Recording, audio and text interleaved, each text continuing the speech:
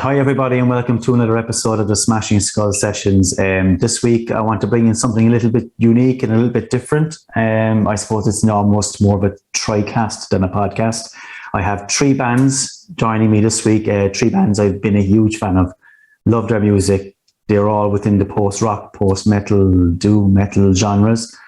I have James Wetmore from LUCIDA DARK. I have Clayton Bartholomew from Mountaineer, and I have Thomas Brenneman from Still Motions, all US based, all doing very, very well at the moment. So guys, thanks so much for coming on to the show. Really appreciate your time. Appreciate you having us. Yeah. So I'm just trying to work out where I start here. Congratulations, obviously, on your albums. James of Death of Love, which came out in January. How has it been received since it came out?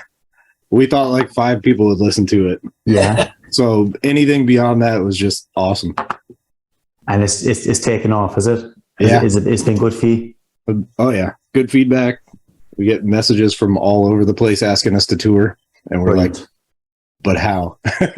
Poland and yeah, you name it. Yeah. That's the beauty of the post-rock scene, lads, isn't it? It's worldwide. Like it's a close-knit community, but it's everywhere. It's scattered across the world. Like, it's mad, isn't it? Mm-hmm. Amazing. I suppose, Thomas, your album is due out on the 24th, as I said. Synthesis. Yeah. Did I pronounce that correct? What's that? Synthesis is the name of the album? Yeah. Coming out in 2 weeks from today. And are you happy with what you've put down? Are you confident? Excited. Yeah, I'm extremely excited. It's been a really long process. We actually recorded it in April of last year. Okay. So it's been sitting around for a minute. There's been we ended up re-signing with post recordings, and then that's right. Just the vinyl issue right now is just super backed up. So that's the vinyl's been in the works for like 7 months, and we didn't want to release it, with a huge wait time for the vinyl. So we just kind of pushed the release date back to kind of. I get you. More, that does seem to be an issue at the moment, doesn't it? The whole vinyl backlog. It's crazy. Yeah. What about yourselves, Clayton? The album was released back in February, wasn't it? Yeah, I believe it was towards the end of February. Giving Up the Ghost, How has that been received? I think it did all right. We got good feedback. I think it done better than all right, didn't it? Yeah. It done very well. It done very well over here anyway. Whatever about the States, but in the UK and Ireland, it's got huge feedback. Yeah, everyone seems to be buzzing about it. That's nice to hear. And obviously, Bloodletting, the album that came out before it, was definitely a stepping stone, really, wasn't it? That was a big album for you. I think so. Yeah. Both albums released during the pandemic. So half of our most recent one is our 4th record. So half of our material has come out during the pandemic.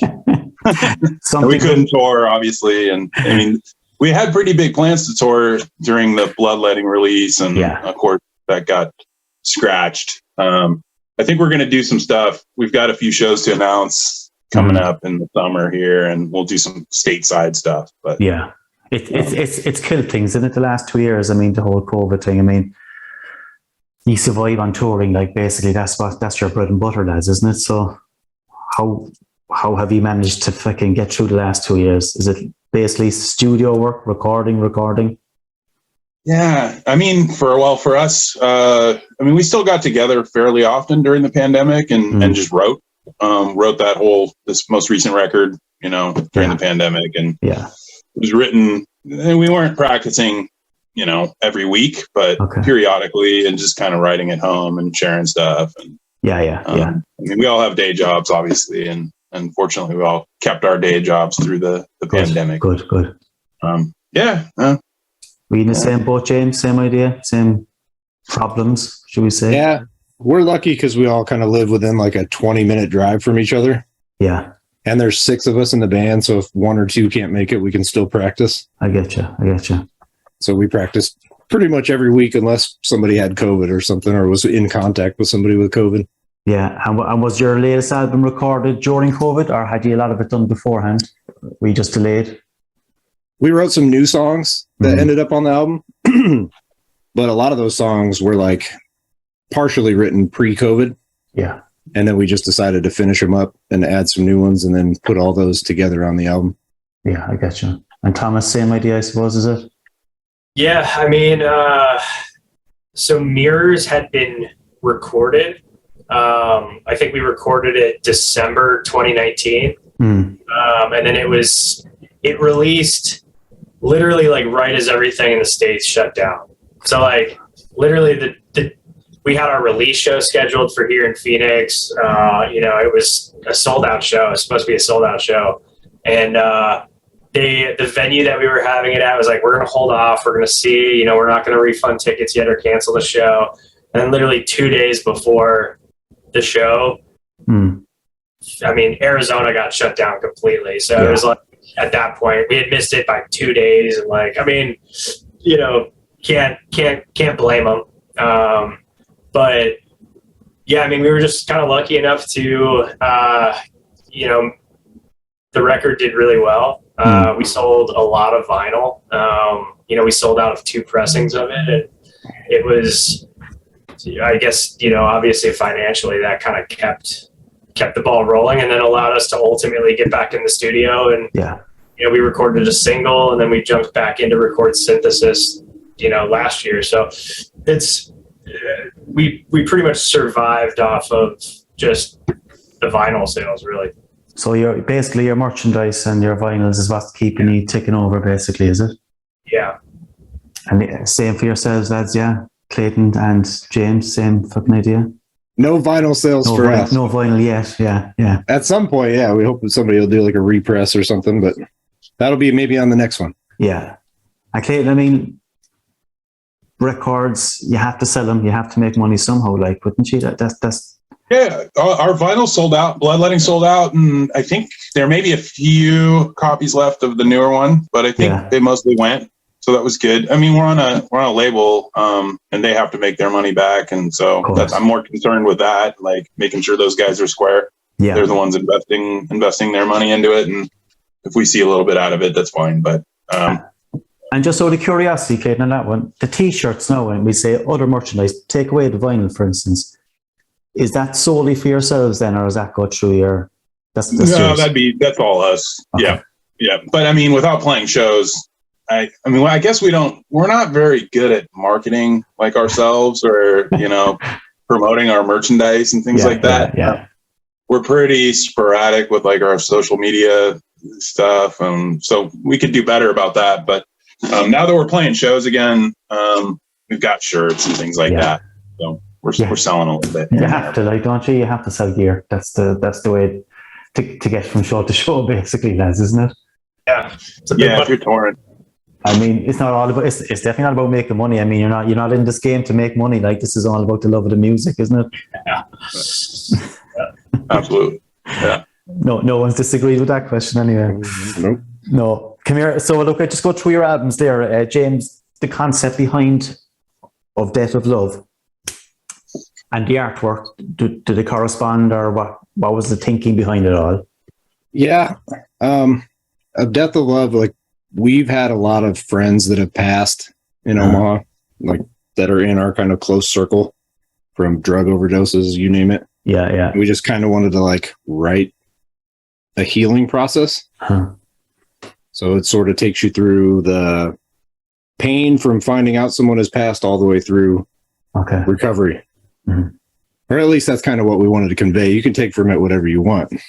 Yeah. Music is subjective. It's very subjective. And I suppose when you don't have lyrics, it's even more subjective, isn't it? Especially instrumental music. Exactly. Yeah. But you take what you want from it. I mean, everybody's in a different place mentally, like, and if you can take something from your music, so be it, And you, Clayton, what about your album? The idea behind Giving Up the Ghost and the title even? Yeah, I mean, I think all of our records are about that same kind of cathartic, dealing with people passing and things like that. It's a pretty common theme, I guess, in the genre.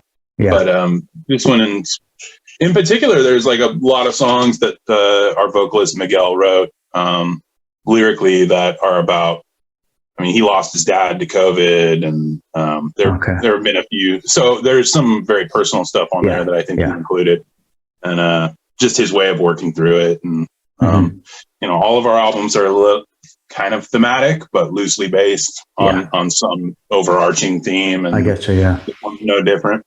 Yeah. And what about you, Thomas? Even just go to Mirrors before we even talk about synthesis. Yeah, I mean, we can go. I guess go through both. I mean, Mirrors was a kind of like just like a self-reflection, if you will. It was kind of like each song. I wouldn't say that like, you know, there was a story being told across the entire record, but it was each song had its own kind of theme of like self-reflection. Yeah.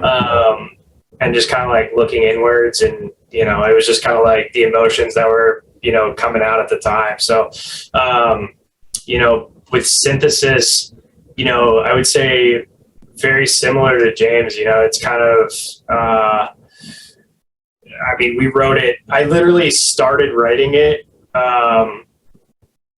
pretty much. So, I mean, the day that Phoenix got shut down, you know, for the pandemic, I got laid off my job of like 8 years. Ultimately, it was kind of like I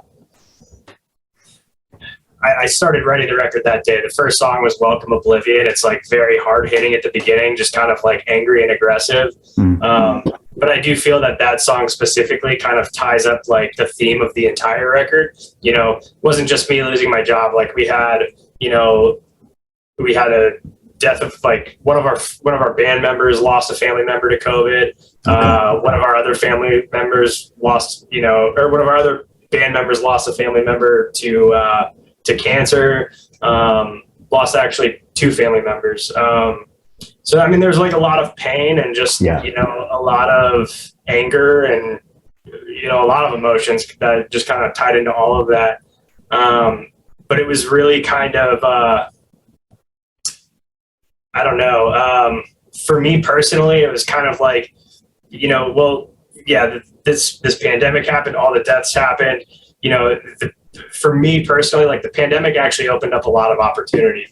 You know, both personally, professionally, just like all sorts of different things. Okay. So it's kind of this view, this like eagle-eye view, I guess, of like, you know, going through something really difficult, whether it's a pandemic or whether it's death in your family, and like the mourning process, the grief that comes with that, through to like, you know, everything kind of like looking upwards, right? Mm-hmm. Just, you know, a light at the end of the tunnel, if you will.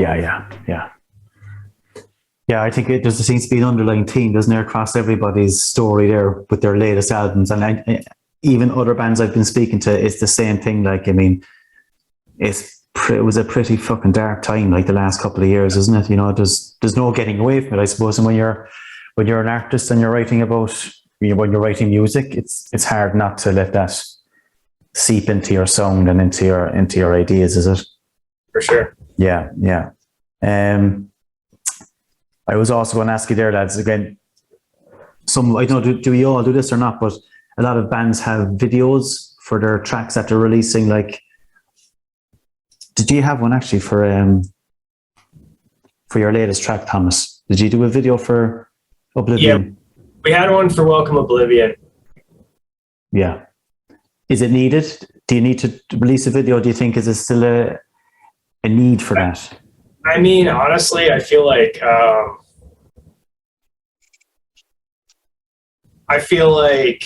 the music video aspect of things is kind of a dead art. I think it's great. I think content is what is important, and music video is just an aspect of that content, right? So ultimately, do music videos matter? I don't think so.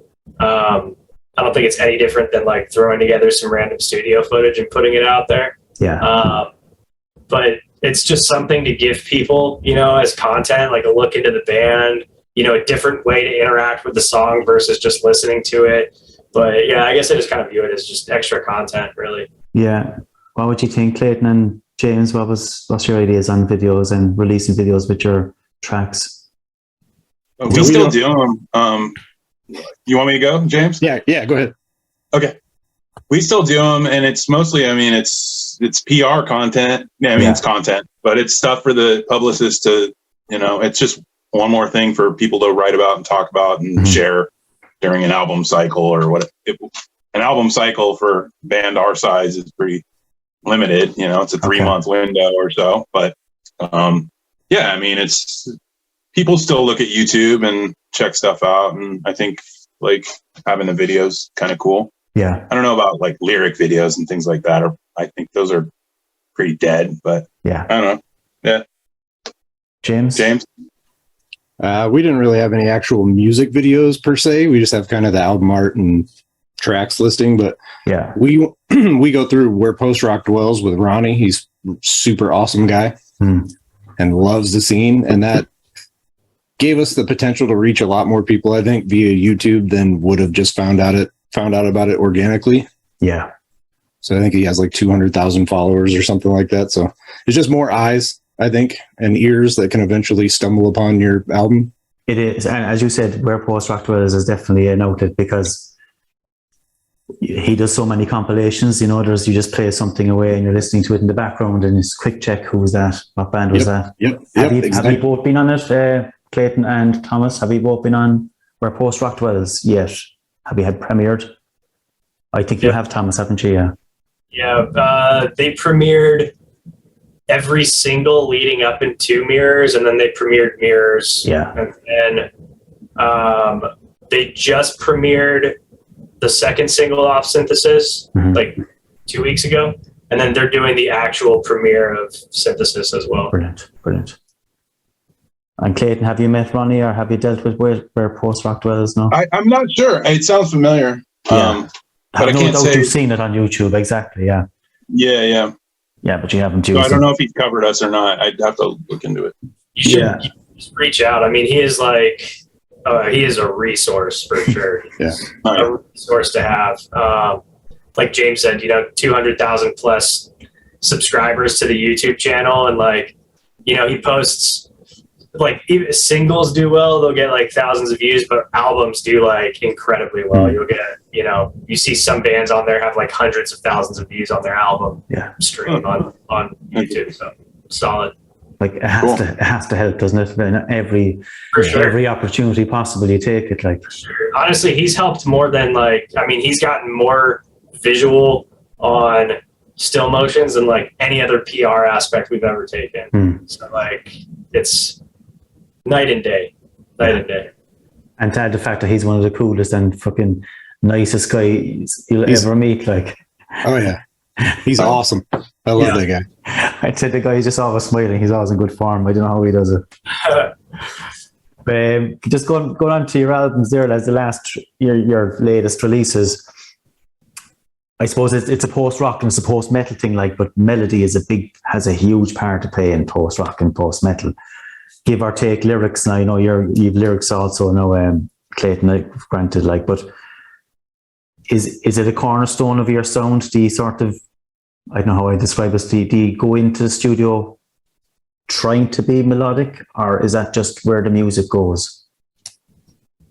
For me, yeah.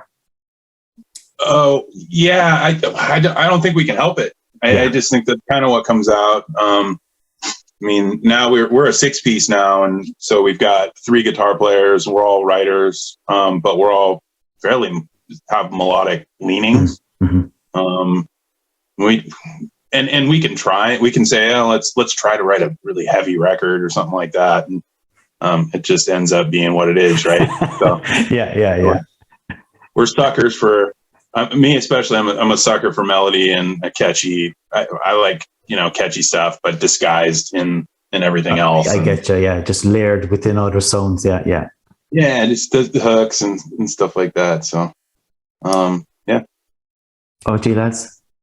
Yeah, I think for me, I don't know. I guess that's just kind of stylistically, where I come from, how I've always kind of played guitar. I come from more of like previous to Still Motions, have played in other bands, various different styles of music, and have always played like just lead guitar, Yeah. So very melodic, but now trying to, incorporate that into different chord structures and everything like that. And with instrumental music, like, I just feel like melody is kind of like the cornerstone of any song, right? And it's like, whether that's vocally or like instrumentally, I feel like there needs to be a strong melody, a strong hook maybe. But yeah, so I mean, it's kind of the foundation of how I write. I basically I honestly sit down at a piano for the most part and figure out a melody, and then it builds into the rest of the song from there. Yeah. Like you said, Thomas, even Welcome Oblivion, isn't it? Yeah. It kicks off as a heavy, heavy track. And when I first heard it, I said, fuck it, this isn't like Mirrors. This is something new, Yeah. But it does find this groove, and it does find that melodic pathway, like, isn't it? It's just part of you, I suppose, really, isn't it? Yeah. Your sound. You're the same, James. I suppose you don't go in purposely trying to find this amazing hook that will just land a great track. It's just how the song goes. Yeah, it just starts as a riff usually. Yeah. You got a good riff, and then we all just sit, and we got, like everybody else, or like Mountaineer, we got 3 guitars, so we'll just sit and have like a guitars only practice and come up with a backbone, and then we'll kind of bring everybody else in, or the bass and drums will bring us something, and then we'll work that.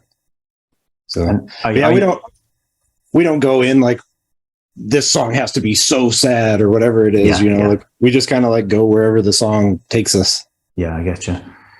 And is everybody involved in the songwriting, musically and lyrically, between you all? Yeah, does everybody play a part? Yep. Yeah, I think Mirrors was a little bit of a different process. I honestly started writing Mirrors by myself in my home studio before I had a band. So it was like kind of just like a one-man project when I first started. And then our drummer reached out and was like, I've known him forever through different projects, but he reached out and was like, I want to play on this. I had posted a little sound clip or something, and we formed the band, but I had already recorded the entire record. So it was just me. It was me and the drummer in the studio. That was it. Whereas, synthesis was a full band, like, coheed. Yeah. So, I gotcha. We were similar too with Mountaineer. It started out, we've done 4 records. The first 2 were just me and the singer and a drummer. And so I kind of wrote everything on those first 2 records. And then we expanded, and the guys from Dogma, if you're familiar with those guys, a couple of those guys joined the band. Yeah. They're on, I forget what label. Anyway. And those guys brought a lot. So the last 2 records we've written, like, gotten into a room together and like hashed out songs that way, as opposed to, writing on Pro Tools or something at home. So the guys from Dogma are on Giving Up the Ghost. Yeah. Giving Up the Ghost and Bloodletting. Yep. I'm Bloodletting. Wow. I didn't know that. Yep. Okay. Nice to know. I suppose before we go any further, lads, I'm just going to give everybody a taster of your sound and of your music. So I'm going to play a track here from Mountaineer, which is When the Soul Sleeps. Lucida Darks will be We Shall Meet and Part No More, and Still Motions will be obviously Welcome Oblivion, which is one of my favorite tracks of the year. Have a listen, guys, and we'll get back to you in a minute.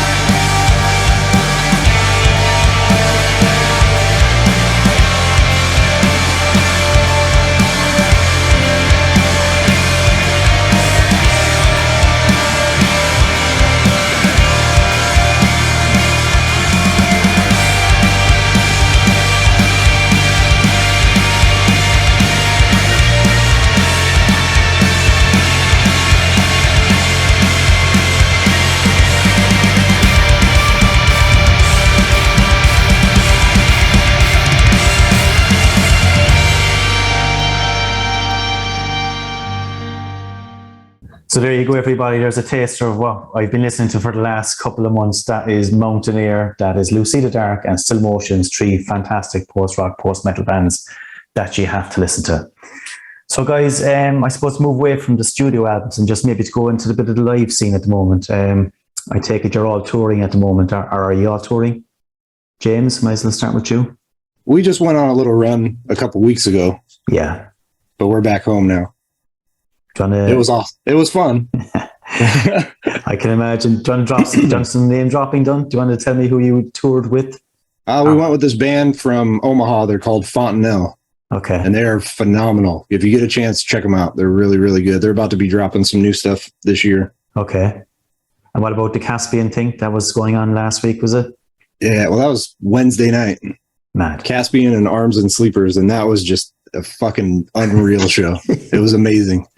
It's one best show. Yeah, best show with this band by far. And no offense, by the way, to anybody else, but it was Caspian. Caspian is. I saw them right before they hit Phoenix. I think the month before the shutdown in Phoenix, and I saw it was one of the best live shows I've ever seen. It was the loudest live show I've ever seen. I felt like I got my face pummeled in over the course of an hour. Just I walked out of there and just was like, what just happened? Yes. But it was so good. So good. They're one of those bands, Thomas, aren't they? Yeah, I think everybody has to witness Caspian at some stage. Yeah. And they're the nicest guys that you'll ever meet. Yeah. They'll talk to you for an hour about anything you want to talk about. They're super nice and they're really, really supportive. Go see those guys. How many shows did you do with them, James? Was it just 2 nights, was it? Just the one. Oh, the one night? Yeah, they were doing like a 6-show run. Okay. So they did us, and then I think their last show of the tour was Denver at Meow Wolf, which is unreal. I wish I could have followed along to see that one. Yeah. And how did it come about? How did you get on board for that gig? We have promoters locally that we know, and kind of somebody dropped us a little feeler and we asked about it. And I don't know if they asked Caspian's touring guys or what, like their touring agent, to see if we get put on it or whatever. But yeah, they came back to us and told us that we were on it. So it happened. That's the main thing. It happened. Yeah, it happened, and it was awesome. Brilliant. Clayton, what are you up to? Are you touring? We've got shows. We've got like 4 shows coming up not coming up. I guess it's August probably with Destroy Judas. Destroy Judas is a band from LA, and a band called Akoria from near Tahoe or Reno. Okay. So it's the 3 bands, and we're going to do each of our hometowns. But it's kind of just a California only thing. Yeah. And then that's kind of all we have planned for this year. Next year, we're going to try and do a little bit more. Maybe I don't know. Maybe we'll do the whole U.S. I don't know. Yeah. We'll see. What about festivals, Clayton? Were you not sort of... We're open to it, yeah. My buddy runs Northwest Terror Fest, and I always want to ask him, but I don't want to be that guy. That's like, hook me up. Is there any chance he watches this? No? We could see if he gets to maybe. He gets The subtle kind of, shunt, yeah. Yeah. But the last show we did right before the shutdown was with Spotlights in San Francisco, and that was a good show. Yeah, that was fun. Sounds good. Yeah. Sounds good. How about you, Thomas? Are you obviously going to be touring Synthesis anyway? That's the plan, is it? Yeah, I mean, ultimately, yeah. I think it's been kind of an interesting ride. Our CD release, like our first show, got canceled because of COVID, and then Phoenix didn't see live music for a really long time.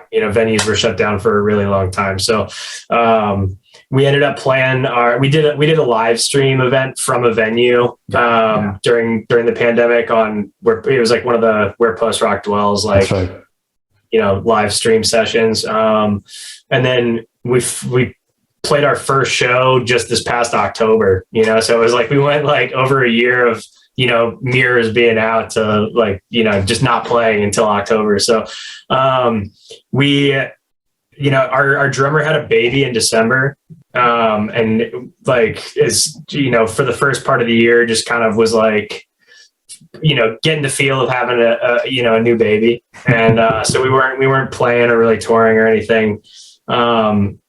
Took about like 2 months off really to kind of let him settle. But I'd say if he has his way, Thomas, he'll be touring for the next year till that child grows up a small bit, and come home and saw all the hard work done. Yeah, so we're working on putting together a show for the release of Synthesis. Unfortunately, it's going to be pushed back from the actual release just because the local scene here in Phoenix is just it's kind of crazy right now. Okay. So we're looking at, later this summer, we're going to have like a release show, if you will. Yeah. And there's talks of, some potential road dates like later this year, early next. So. Yeah, you're sort of touching on one of the questions I was going to ask there, because I was wondering how you get together with bands, like you get 2 or 3 bands together and you tour together. Obviously, it's probably makes more financial sense, I suppose, for 3 bands to hook up. But am I right in saying that? Or do you prefer to go about your own business, do your own thing, and maybe pick up a local band as you're in the area? Personally, I think it definitely makes sense to at least pick up like one other band that you're going on the road with, and maybe pick up like a local or something like that along the way. That's going to help drive some, especially for bands that are like just starting touring, obviously too. It's always great to have like that local, on the show, because it just helps bring some people to your out of state shows, if you will. But yeah, I mean, usually like, at least for post recordings has been cool with like setting the bands up together and like getting them to like interact with each other and just kind of be like, hey, we're going on the road these days. Like, you guys, can you help us book some shows in your town and like maybe jump on a few of the dates? So it's cool. Like there's talks of, some of the bands joining up for little runs here and there. Do you feel the same, lads? James and Clayton, same idea? Would you rather sort of? Yeah, you definitely bring somebody with you that and you can get along well with. Yeah. And you can have fun with. And that are good. Okay. Ticks a few boxes, You definitely have to have locals on it though, because you got to get that draw. There's no point in going on tour if you're going to play with 10 people there that don't know you, especially like you said, when you're just getting started, because we're just getting started. Like a lot of people don't know who we are still. So it's important to have somebody who's kind of well known in the scene there to kind of help draw, and then they see you, and hopefully then when you come back they'll recognize the name and they'll be there. I getcha. All the touring I've done, all the bands I've been involved with, it's mostly all just been DIY touring, and it's just a network of people who can set up shows in certain areas, and you kind of plan your routing, and you ask the bands that are probably the most popular in that area, and if they'll play with you, and if you're lucky, they say yes. And, but I mean, it's always cool to go out with a band that you like, and that actually can draw. Because same boat. It's hard to get people out to shows, especially when it's not your. If it's your local market and people know you and all that, that's one thing. But if I go to Omaha, or if Mountaineer tries to play Omaha, we're going to be calling you, James. Come on through, man. Anytime. Yeah. But there you go. That's the networking here. Now we should be making the most of it. You should be sorting something out. But even when you play at home, lads, in your own hometowns, like, I mean, what type of draw are you getting? I mean, how many people are turning up to these shows? Depends on the day. Literally depends on the day. It really does. For our CD release, I think we sold 400 plus tickets. Nice. But that was just one of those wild shows where like it was the end of winter, getting super nice out. People were tired of being stuck in their homes, and had some of them knew us from previous bands and other shows. And we had some really good bands on the bill. Okay. That also helped draw. So, I mean, it was just kind of like all the stars aligning for that one show. For sure. Yeah, I think our CD release show for Mirrors was already sold out by the time it got canceled. So it was like 350 tickets sold, but obviously, again, didn't happen. And then our first show in Phoenix ended up just being a dud. It was just an absolute dud. I'm not even gonna lie. It was rough. We had planned for this awesome lineup, and we were super stoked on it. And last minute, like both bands had to cancel, and it was right after COVID, like right after the venues had reopened. People were like still not really like super stoked, I think, on, you know, I don't know, packing into a venue together. There was probably like 50 people at the show. It was like, you know, which is, you know, 50 people that hadn't seen us live. So that was our first live show. So it's still a win, and it got the, you know, it was our live christening, I guess you could say. Yeah. I got the ball rolling. And exactly. It had to start somewhere, really, didn't it? Like, yeah. But Clayton, what you think yourselves? Oh, so the only show we played one show since things started again, and that was at the Golden Bull in Oakland, which is kind of a well-known venue for Oakland. It's a really small room, which makes it nice because it's easy to get people in there. And we played with we were supposed to be playing with our buddies in Destroyer of Light, who are a doom band from, I believe, Austin. They're a Texas band. But their van broke down the night before, so they weren't able to make the show. But we hadn't played a show in so long. We did really well. I mean, it was pretty packed. Yeah, so, that's all you want, like, a bit of atmosphere. Yeah. But we don't do a show every 2 weeks in Oakland or in the Bay Area. I mean, it's either we try to, you know, try and get a touring act that's a little bit bigger, national act or something like that in Oakland. Yeah. Or we'll do our own thing, but only maybe 3 or 4 times a year. Okay. Any more than that, and I feel like people get a little. You wear out your welcome. Yeah. Yep. You all agree with that? There's a certain amount of time you can play at home. You can't be there like a Vegas scene every fucking night for 3 years, like, you know. Yeah. Nope. People get sick of you and they quit showing up. Yeah, that's the fear, isn't it? You got to make them miss you. It's like Phoenix has almost like no post anything scene. Like there's I mean, Holy Fawn is from Phoenix. You know, Ryan's a good buddy of mine, but like that's Sourcey. What about Sourcey? Are you friends with those guys? Who's that? Sourcey or Source, SORXE? No, I don't know. Okay. Yeah, not sure. They're good dudes.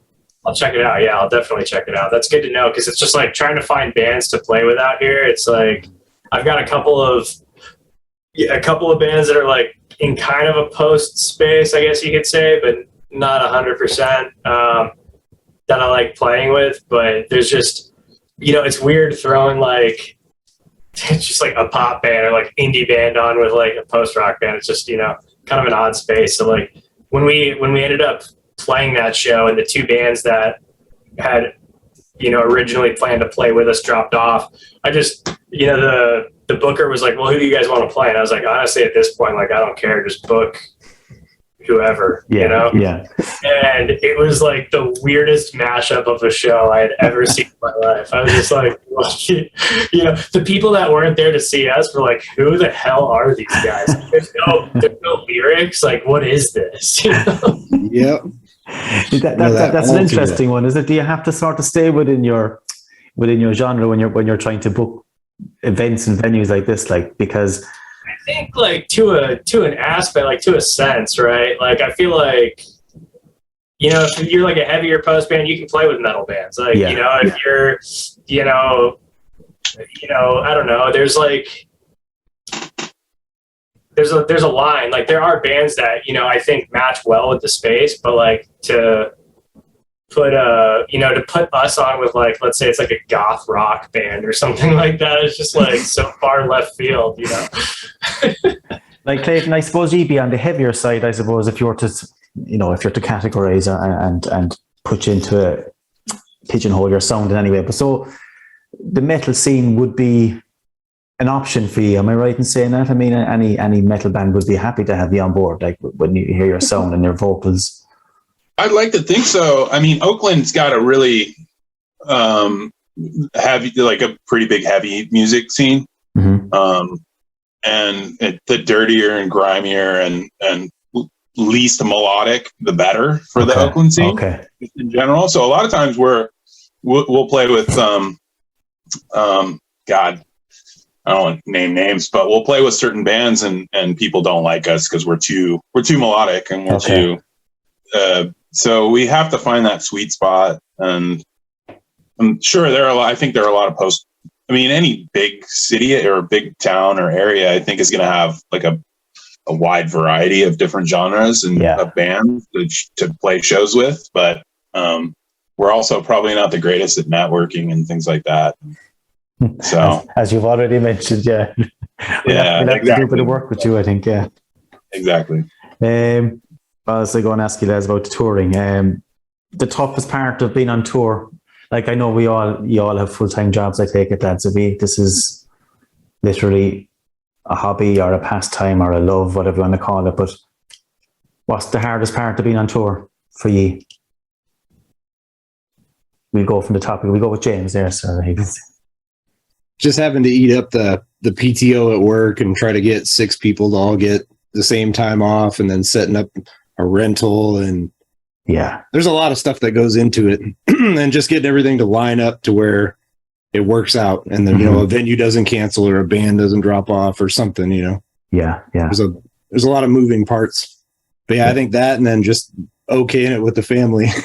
Exactly. This is it. Like, people sort of, well, including myself, we don't see that side of it. Like, we just think, fuck it, these guys are on tour. When are they going to come to my city? Like, when am I going to see them? But fuck it, trying to get your ducks in a row to get out on the road must be crazy. Like, jobs, family, money, everything counts, isn't it? Yeah. What do you reckon, Clayton? Are you the same? Same. Mountaineer hasn't been historically a touring band, really. We've played very little since our inception in 2015. The band I was in before, the couple bands I was in before, were big on touring. So Secret to the Sky was a band that was on Metal Blade, and we had resources and people to help us get on shows, and so we did a lot of touring. We spent a lot of time on the road. The hardest thing to me was driving 10 hours to play for 10 people. In some rural place. But it's those good shows here and there that kind of make the whole thing worth it. At the time, and it's been years since I've had that be like my, like half my time or whatever was spent on the road.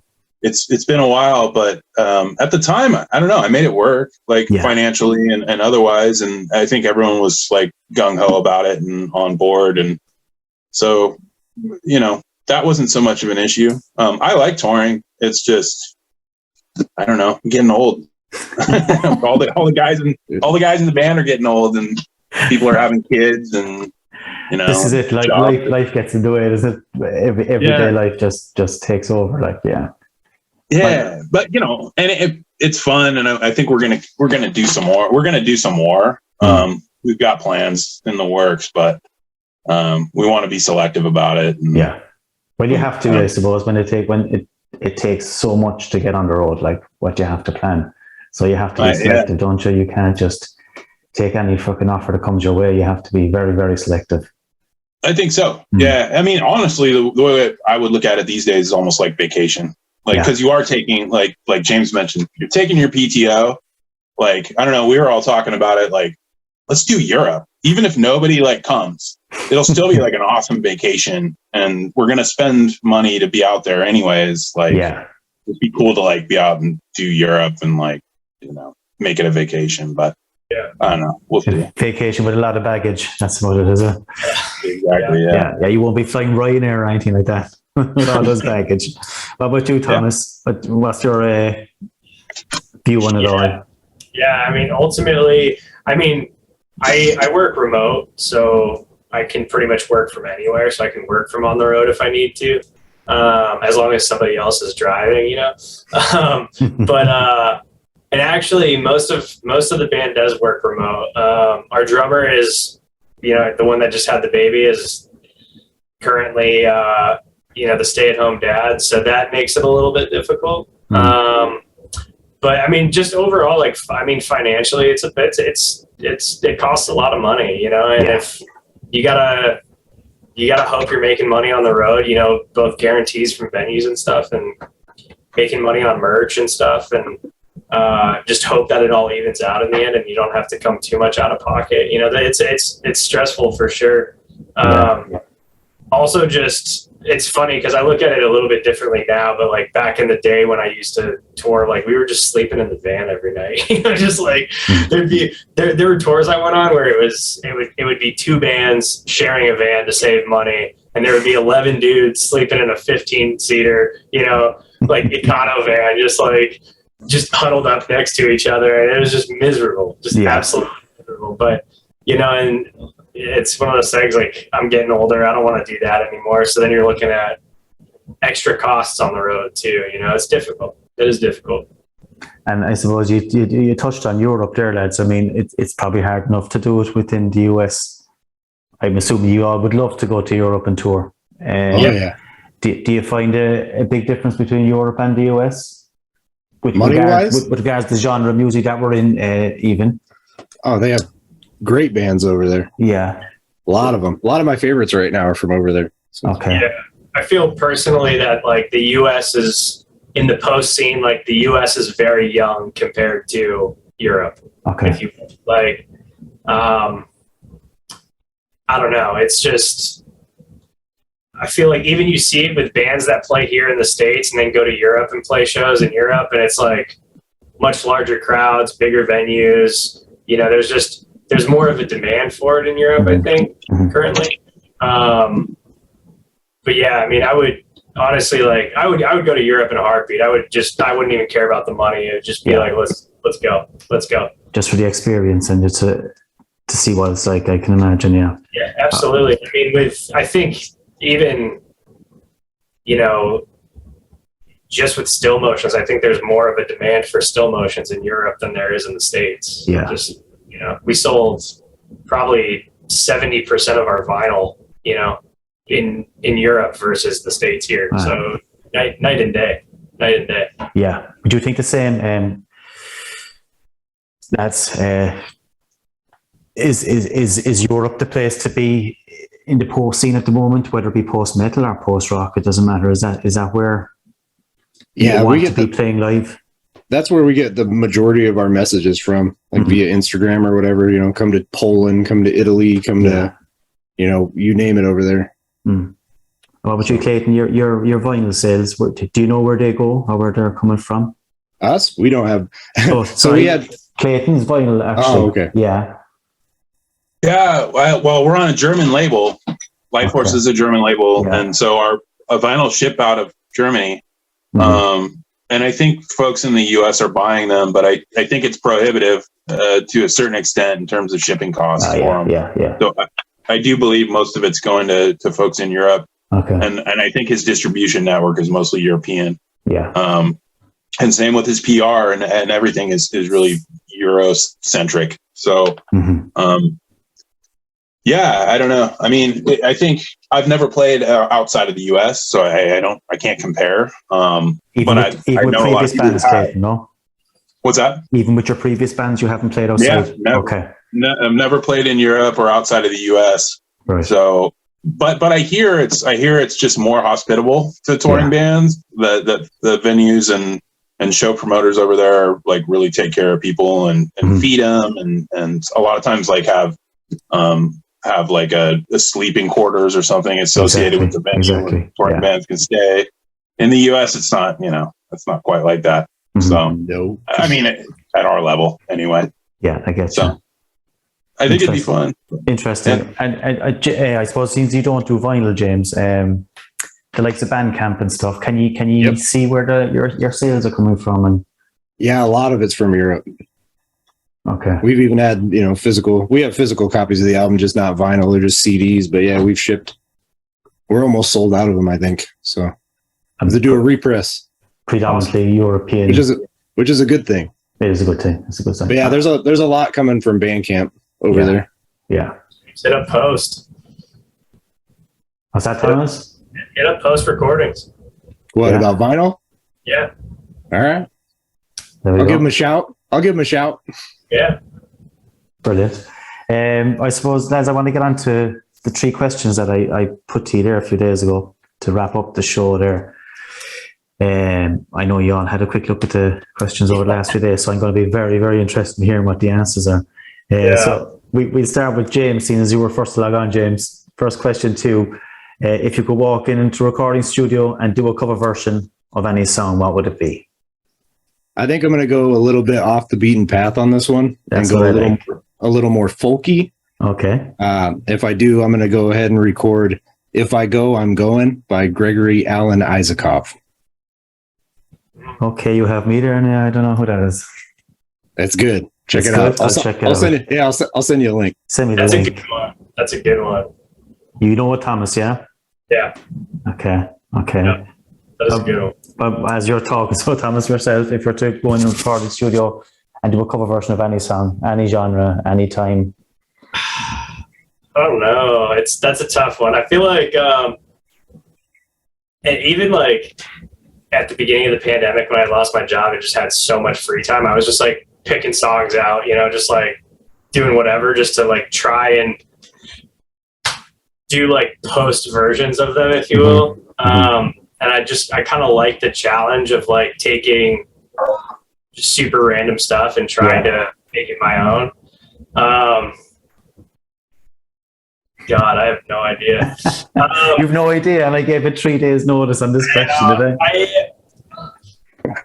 I think it would be hilarious to do Africa by Toto, just like a post version of Africa. Yeah. I think it would be hilarious. And a challenge too. It's a challenge, exactly. It's a challenge. I'm gonna stick with that answer. That'll do nicely. Clayton, talk to me. What would you reckon yourself? I keep, for years I've been trying to get my guys to do New Year's Day by U2. Nice. Yeah, I just think that would translate really well. They're not. I don't know that they're opposed to it necessarily. We just never work on. We've just never worked on it. It's a great track. Back the real U2 days, when they were half decent, Dare I say that being an Irishman, but I just did. There you go. The second question, lads, if you could experience playing live on stage with any band again, past or present, who would it be? Who wants to go first and who has an answer already lined up for me? James, shoot, man. Shoot. Cult of Luna. Hands down. I thought you were going to say Coldplay for a minute. No, Cult of Luna. Johannes, if you're listening, call me. Give him a shout. Send me a message. And to experience any song in particular, James, be on stage playing any song, does it matter? Is there any? You mean one of my songs or? A Cult of Luna song, if you could. Oh, Three Bridges. Okay. I love that song because it encapsulates like everything they do well into one song. Yeah. Nice. Thomas? I would say, I'm pretty jealous of James right now. After just playing with Caspian, I would say Caspian would be like, I'm a big fan. Like they're a big inspiration of mine, but I think just like being in a room with them and on stage, like the same, I feel like it would just be a whole nother experience. Yeah. A whole nother experience. So that would probably be my go-to. Very nice. And Clayton, wrap it up for me. What would you think if you could go on stage? Oh, I'd have to pick one of like my childhood favorites. They're still like just like a legendary band. Like, I don't know. I'd say like Zeppelin or something like that. But I think honestly it'd be like Creedence. Yeah. And like if I could sing like Born on the Bayou or something like that. Nice. Even though I would butcher it. It'd be horrible. No, I think you'd call it making it your own. That's what you'd call it, not butchering it. Exactly. Brilliant, lads. Thanks for those. What about, just give me a name of a band to look out for this year, lads. Anyone that you've been listening to that you think deserves a shout out? Any album or any band, James? Keep an eye out for two Nebraska bands. One, you might already know, they're called Minor Movements. Oh, yeah. Nick and them, they're amazing. They're working on new stuff right now. And then Fontanelle, the band that we just went on that little run with. They're amazing. They got a bunch of songs planned. Like, I think they're just going to do a bunch of single releases over the course of the summer and fall. Okay. So, yeah, check them out. Brilliant. Will do, James. Will do. Thomas, what do you reckon? Any band or album that you've got stuck into this year? Yeah, absolutely. Couple of Phoenix bands actually that I've been really enjoying and have been trying to set up shows with for a little bit now. One of them is they're a band called Foreign Bodies. really, really cool stuff. It's posty, it's ambient, but it's got vocals on it. But just phenomenal band, killer vocalist, just great music. The other one is actually a friend of mine who actually has recorded. He's been the engineer on all of the Still Motion stuff. But his name's Corey Spots. He's in just kind of finally launched his project called Sevilla. Okay. Very much like post metal with vocals, but just ridiculous stuff. It is so good. And is that on Bandcamp, Thomas? Is it? You know, that's a great question. I know it's on Spotify. Let me check. Let me just pull it up and check real quick. Yeah. What about yourself, Clayton? Have you any album that you've been overplaying this year already, or any band that you're looking forward to hearing something new from? I think people should know about, so the dudes that play in Mountaineer are, most of them run other projects as well. So Dogma, we talked about them. Yeah. Forrest and Isaac are in that band as well. I think people would, if people like Mountaineer, they'd probably like that band as well, or any of the bands that are on this episode. And then Jordan, our drummer, is in a band called Mount Desert. Okay. They're just a 2-piece. It's probably more stonery, sludgy type stuff, but really good. A lot of atmosphere. And then my buddies, I'm actually wearing their shirt, Lament Cityscape. Okay. From Oakland, who I've been friends with, the mastermind guy, the guy behind Lament Cityscape for years. And he played bass in Mountaineer for a while and played drums. He played guitar. I think he's been through every instrument in Mountaineer, just filling in and whatnot. Right. And he recently signed, or Lament Cityscape recently signed to Life Force, the same record label that we're on. Great stuff. And just dropped a record not that long ago. So more industrial, a little bit heavier industrial type of stuff. But he's worth it. He's worth a shout out, Mike McClatchy. And excellent. Great stuff, man. That's brilliant. Sevilla is on Bandcamp. Great stuff. There's plenty of music there, lads, from yourselves there. Now you've listed a lot of music there, new music for me anyway, definitely for me, new stuff. What can I say, guys? I just want to make a big shout out and a big thank you to all three of you for coming onto the show. I know it's a big deal for you to fucking shuffle your days and everything else like that to come on the show, so I really appreciate it. For me, it's an honor, because I have followed your music from the start, all three bands. You're all in different stages at the moment, but everything you've released is top notch, I'm constantly pushing it to friends and constantly pushing your albums. So I just wish you all the best in the future with your tours and your recordings and whatever else is on the horizon. Awesome. Appreciate it, man. Thank you for having us. Not a bother at all, guys. James, Clayton, and Thomas, thanks a million, guys, and I hope to catch up with you again another time. Absolutely. Thanks a lot, Pat. Cheers, guys. That's it, guys. That's another episode of the Smashing Skull Sessions wrapped up. Thanks, as I said, to James, Clayton, and Thomas for coming on the show. As I said, it's an honour for me to talk to these three guys. Thanks to Richie, who will always edit and produce the show. And I'll see you all in a couple of weeks' time. Take care, guys. That's it, boys. Thanks so much. Yeah, man. Thank you. Get some sleep, will you? Yeah, no shit. What time are we? 3:10. 3 o'clock? Yeah, shit. Yeah, and I'm up at 7 for work. Fuck you. Oh, no. Dude, you're an animal. I'm a fucking animal.